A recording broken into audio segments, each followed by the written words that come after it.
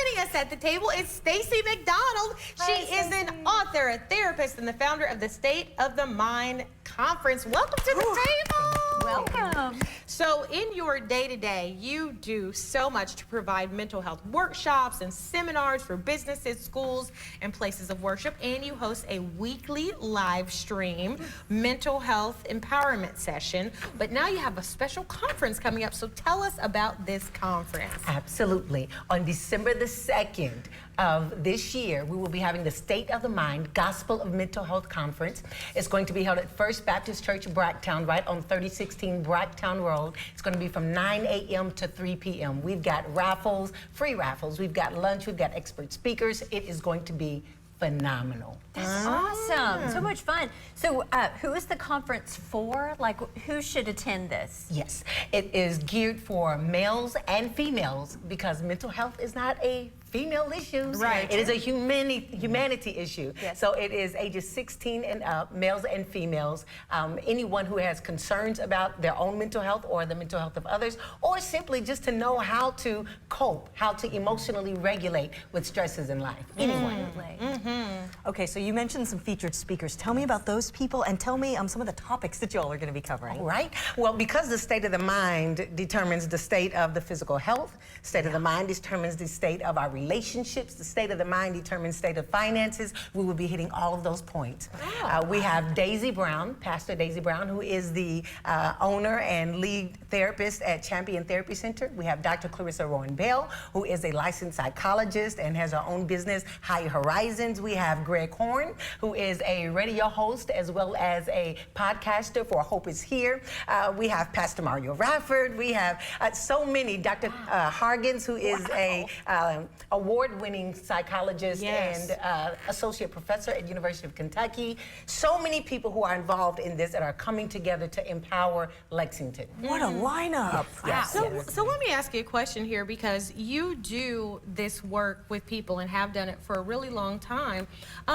What are we carrying day to day that you see the most, that people say, gosh, I just need somebody to talk about this, talk to about this? Depression and anxiety are two of the top things that I've seen for years among males and females, that I think that they carry it, we carry it, and rather than acknowledge it, just kind of keep it under the rug so that we won't be made to feel as if we are to be ashamed or something is wrong with us. And so in carrying it, we just become extra heavy.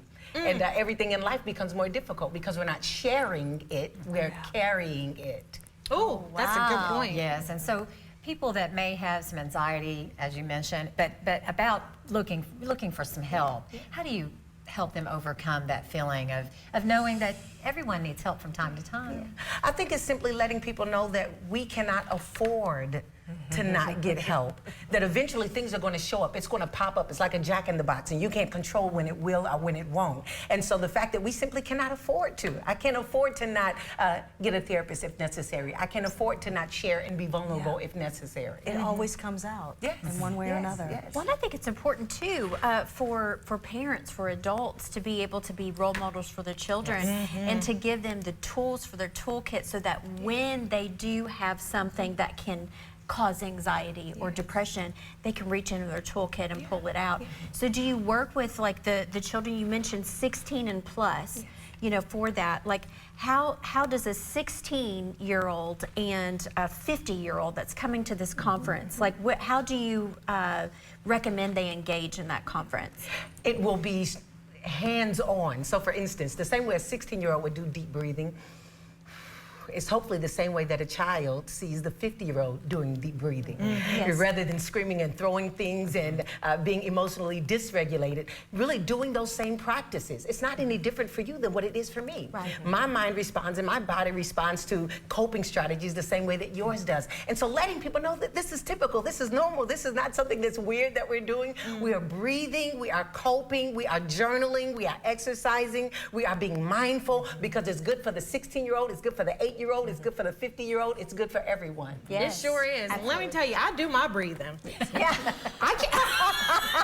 I'm telling you, there's some days I say, let me get it out. So for folks who may want to learn more about this conference, who may want to engage and learn more about all the things that you do, where can they go? Yes. So the last date to register for the conference is November the 19th of this month, all right? So do not delay.